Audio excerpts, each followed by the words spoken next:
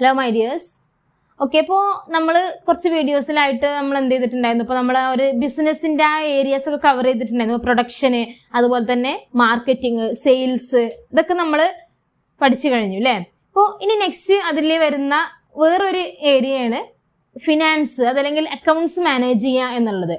അപ്പോൾ ഈ അക്കൗണ്ട്സ് മാനേജിൽ വരുന്നത് നമുക്ക് ഇതിൽ ഒരുപാട് കാര്യങ്ങൾ വരുന്നുണ്ട്. അതിൽ ഫസ്റ്റ് വരുന്നത് നമ്മൾ കൊടുക്കുന്ന, സെയിൽ ചെയ്യുന്ന ഈ ഒരു പ്രൊഡക്റ്റിന്റെ പ്രൈസ് നമ്മൾ തീരുമാനിക്കുക എന്നുള്ളതാണ്. അത് ഡിറ്റർമിൻ ചെയ്യുക എന്നുള്ളതാണ് ഫസ്റ്റ് വരുന്ന ഒരു കാര്യം. അപ്പൊ ആ ഒരു പ്രൈസ് നമ്മൾ നോക്കേണ്ടത് പല രീതിയിൽ എന്ന് വെച്ചാൽ നമ്മൾ ഉപയോഗിക്കുന്ന ഐറ്റംസ്, നമ്മൾ എന്തെല്ലാം ഐറ്റംസ് അതിൽ യൂസ് ചെയ്യുന്നുണ്ടോ അതിൻ്റെ ഇതൊക്കെ വെച്ച് നോക്കിയിട്ടാണ് നമ്മൾ എന്ത് ചെയ്യേണ്ടത്, ഇതിൽ പ്രൈസ് നമ്മൾ ഡിറ്റർമൈൻ ചെയ്യേണ്ടത്. ഓക്കെ, പ്രൈസിങ്ങിനെ കുറിച്ച് പറയുകയാണെന്നുണ്ടെങ്കിൽ നമ്മളൊരു ഐറ്റത്തിന്റെ പ്രൈസ് നമ്മൾ തീരുമാനിക്കേണ്ടത് അതിന്റെ ആദ്യം നമ്മൾ അതിൽ യൂസ് ചെയ്യുന്ന ഇൻഗ്രീഡിയൻസിനെ കുറിച്ച് നമ്മൾ ജസ്റ്റ് ഒന്ന് നോട്ട് ചെയ്യുക. എന്തൊക്കെ ഐറ്റംസ് നമ്മൾ ഇതിന് യൂസ് ചെയ്യുന്നുണ്ട്, അതിന് ഓരോന്നിനും എത്ര കോസ്റ്റ് നമുക്ക് വരുന്നുണ്ടെന്ന്. ഒരിക്കലും എന്ത് ചെയ്യരുത്, നമ്മുടെ കോസ്റ്റിനേക്കാൾ കുറഞ്ഞ ഒരു എമൗണ്ട് നമ്മൾ കസ്റ്റമറിൽ നിന്ന് പറയാൻ പാടില്ല. ഇപ്പോഴും നമുക്ക് അതിന് എന്തെങ്കിലും ബെനിഫിറ്റ് ഉള്ള രീതിയിൽ വേണം നമ്മൾ അതിന് പ്രൈസ് തീരുമാനിക്കാൻ.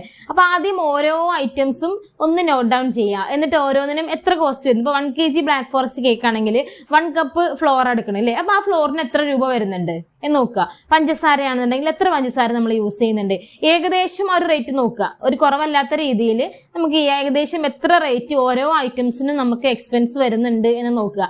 എന്നിട്ട് ആ റേറ്റ് കിട്ടുന്ന രീതിയിൽ അതിൽ നിന്നും ഇപ്പോൾ സാധാരണ ഇപ്പോൾ ഞാൻ പഠിച്ച രീതിയിൽ അവരൊക്കെ പറഞ്ഞു തരിക, ഇൻഗ്രീഡിയൻസിന്റെ റേറ്റ് പ്ലസ് ഇൻറ്റു 3 ആണ് പറയുക.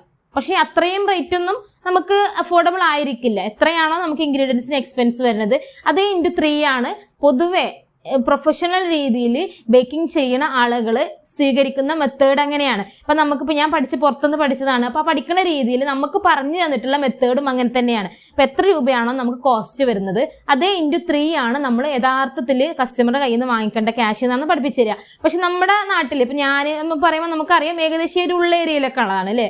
അപ്പോൾ ഈ ഒരു നാട്ടിൽ എന്നൊക്കെ പറയുമ്പോൾ അത്രയും ഒരു കോസ്റ്റ് ആളുകൾക്ക് താങ്ങാൻ പറ്റില്ല. അത് താങ്ങാൻ പറ്റില്ല എന്ന് മാത്രമല്ല, അതിനേക്കാൾ റേറ്റ് കുറഞ്ഞ് നമ്മുടെ മാർക്കറ്റിൽ ഈ പ്രൊഡക്ട്സ് അവൈലബിൾ ആണ്.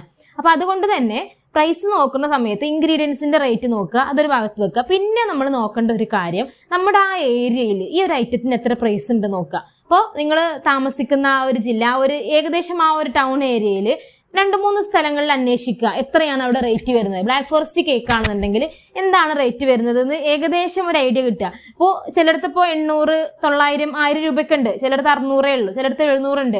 അത് ഓരോ ഏരിയക്ക് അനുസരിച്ചിട്ട് അതിന്റെ റേറ്റിൽ ഡിഫറൻസ് ഉണ്ടാവും. അപ്പൊ നിങ്ങൾ താമസിക്കുന്ന ഏരിയ ഏതാണോ അതിനനുസരിച്ചിട്ടുള്ള അവിടെയുള്ള ആ ഒരു റേറ്റുമായിട്ട് ഏകദേശം എന്ന് വെച്ച് കഴിഞ്ഞാൽ ഒരുപാട് കൂടുതലാവരുത്, ഒരുപാട് കുറയും ചെയ്യരുത്.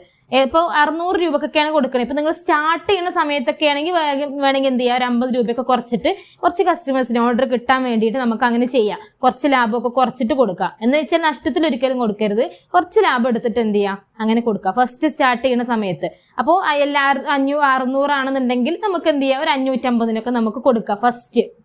ഓക്കെ, പിന്നെ ബിൽഡ് മൂവപ്പ് ആയി കഴിഞ്ഞാൽ പിന്നെ നമുക്ക് എന്ത് ചെയ്യാം, ആ ഒരു പ്രൈസ് ലെവൽ തന്നെ നമുക്ക് മെയിൻറ്റെയിൻ ചെയ്യാം.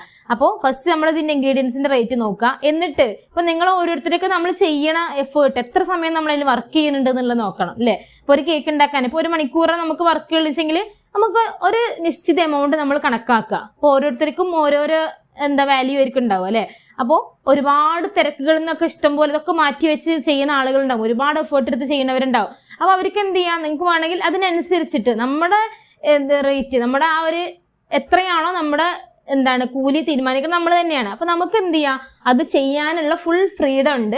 പക്ഷെ എന്ത് ചെയ്യാം, ചെയ്യുന്ന സമയത്ത് ചുറ്റുമുള്ള ഇതൊക്കെ എങ്ങനെയാണ്, അവരുടെയൊക്കെ പ്രൈസിങ് എങ്ങനെയാണ്, അതിനനുസരിച്ചിട്ടുള്ള ആ ഒരു റേറ്റ് നമ്മൾ എപ്പോഴും കേക്കിന് ഫിക്സ് ചെയ്യാം.